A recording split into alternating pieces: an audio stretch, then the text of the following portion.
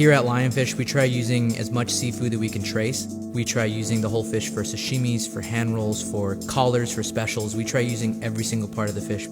There's a common misconception when it comes to sushi. Most of the time, they're these perfect slices, but there are going to be off slices. Sometimes there's going to be pieces of the fish that you can't really use. It doesn't really look good on a plate, and that's what we use for the sashimi salad. The ends of each saku block we dice and we mix it into the sashimi salad. As a chef, I like to educate people on sustainability practices, not just when it comes to wild caught or local fish, but a lot of farm products are actually very good for the environment, and they're actually good for the world. If you have a proper aquaculture practice, it's actually something that's we're gonna benefit from. So this salad is very special to me just because we're using every part of the fish and we are using truly sustainable seafood. By taking the time to break down the whole fish, it feels a little bit more respectful towards the animal versus just getting a pre-filleted piece of fish. So for the sashimi salad, we usually dice all the offcuts, all using different farmed fish.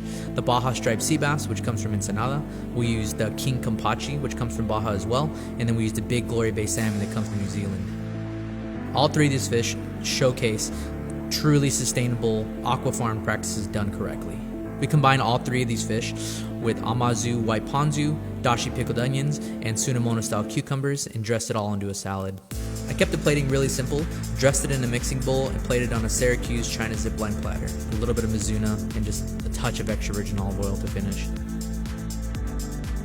I believe as a chef, it's our responsibility to teach people what good practices and bad practices are. I feel like sustainable seafood is something that's more than just local. Sometimes it's important to use farm practices and to truly highlight the farms that are doing the right thing. My favorite style of hand roll is a Negitoro. So what we do is we use all the scrape, which has majority of the fat on the bones, and we remove all the rest of the meat coming from the bellies and dice it all, mix it with scallions, and then put it into a hand roll. We have the Baja striped sea bass hand roll, we have the kampachi hand roll, and we have the big glory bay salmon belly hand roll.